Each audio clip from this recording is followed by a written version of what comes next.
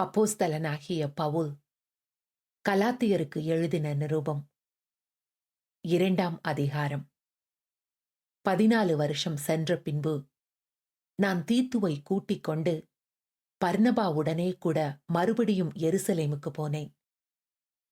நான் தெய்வ அறிவிப்பினாலே போய் புறஜாதிகளிடத்தில் நான் பிரசங்கிக்கிற சுவிசேஷத்தை அவர்களுக்கு விவரித்து காண்பித்தேன்.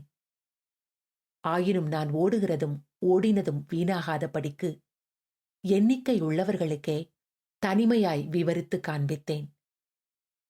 ஆனாலும் என்னுடனே கூட இருந்த தீத்து கிரேக்கனாயிருந்தும் விருத்த சேதனம் பண்ணிக்கொள்ளும்படிக்கு கட்டாயம் பண்ணப்படவில்லை. கிறிஸ்து இயேசுவுக்குள் நமக்கு உண்டான சுயாதீனத்தை உளவு பார்த்து நம்மை நியாயப்பிரமாணத்திற்கு அடிமைகளாக்கும் பொருட்டாக பக்க வழியாய் நுழைந்த கள்ள சகோதரர் நிமித்தம் அப்படியாயிற்று. சுவிசேஷத்தின் சத்தியம் உங்களிடத்திலே நிலைத்திருக்கும்படி நாங்கள் ஒரு நாழிகையாகிலும் அவர்களுக்கு கீழ்ப்படிந்து இணங்கவில்லை. அல்லாமலும் எண்ணிக்கையுள்ளவர்களாயிருந்தவர்கள் எனக்கு ஒன்றும் போதிக்கவில்லை. அவர்கள் எப்படிப்பட்டவர்களாயிருந்தாலும் எனக்கு கவலை இல்லை, அக்கறை இல்லை. தேவன் மனுஷரிடத்தில் பட்சபாதம் உள்ளவர் அல்லவே.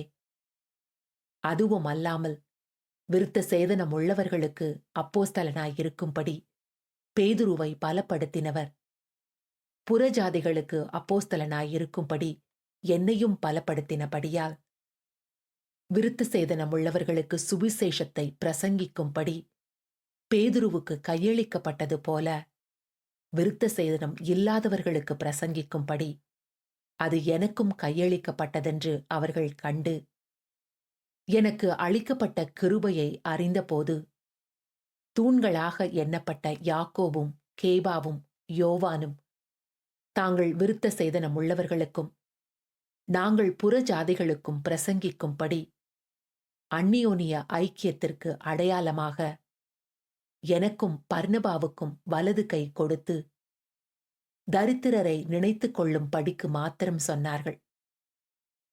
அப்படி செய்யும்படி அதற்கு முன்னமே நானும் கருத்துள்ளவனாயிருந்தேன். மேலும் பேதுரு அந்தியோக்கியாவுக்கு வந்தபோது அவன் மேல் குற்றஞ் சுமந்ததினால் நான் முகமுகமாய் அவனோடே எதிர்த்தேன். எப்படியெனில் யாக்கோபினிடத்திலிருந்து சிலர் வருகிறதற்கு முன்னே அவன் புறஜாதியாருடனே சாப்பிட்டான். அவர்கள் வந்தபோதோ விருத்த சேதனம் உள்ளவர்களுக்கு பயந்து விலகி பிரிந்தான். மற்ற யூதரும் அவனுடனே கூட மாயம் பண்ணினார்கள். அவர்களுடைய மாயத்தினாலே பர்னபாவும் இழுப்புண்டான். இப்படி அவர்கள் சுவிசேஷத்தின் சத்தியத்திற்கேற்றபடி சரியாய் நடவாததை நான் கண்டபோது எல்லாருக்கும் முன்பாக நான் பேதுருவை நோக்கி சொன்னது என்னவென்றால், யூதனாயிருக்கிற நீர் யூதர் முறைமையாக நடவாமல் புறஜாதியார் முறைமையாக நடந்து கொண்டிருக்க, புறஜாதியாரை யூதர் முறைமையாக நடக்கும்படி நீர் எப்படி கட்டாயம் பண்ணலாம்? புறஜாதியாரில் பிறந்த பாவிகளாயிராமல் சுபாவத்தின்படி யூதராயிருக்கிற நாமும் இயேசு கிறிஸ்துவை பற்றும் விசுவாசத்தினாலேயன்றி நியாயப்பிரமாணத்தின் கிரியைகளினாலே மனுஷன் நீதிமானாக்கப்படுவதில்லை என்று அறிந்து நியாயப்பிரமாணத்தின் கிரியைகளினால் அல்ல, கிறிஸ்துவை பற்றும் விசுவாசத்தினாலே நீதிமான்களாக்கப்படும்படிக்கு கிறிஸ்து இயேசுவின் மேல் விசுவாசிகளானோம். நியாயப்பிரமாணத்தின் கிரியைகளினாலே எந்த மனுஷனும் நீதிமானாக்கப்படுவதில்லையே. கிறிஸ்துவுக்குள் நீதிமான்களாக்கப்படும்படி நாடுகிற நாமும் பாவிகளாக காணப்படுவோமானால் கிறிஸ்து பாவத்திற்கு காரணரோ? அல்லவே. நான் இடித்து போட்டவைகளையே நான் மறுபடியும் கட்டினால் பிரமாணத்தை மீறுகிறவன் என்று காணப்படுவேன். தேவனுக்கென்று பிழைக்கும்படி நான் நியாயப்பிரமாணத்தினாலே நியாயப்பிரமாணத்திற்கு மரித்தேனே. கிறிஸ்துவுடனே கூட சிலுவையில் அறையப்பட்டேன். ஆயினும் பிழைத்திருக்கிறேன்.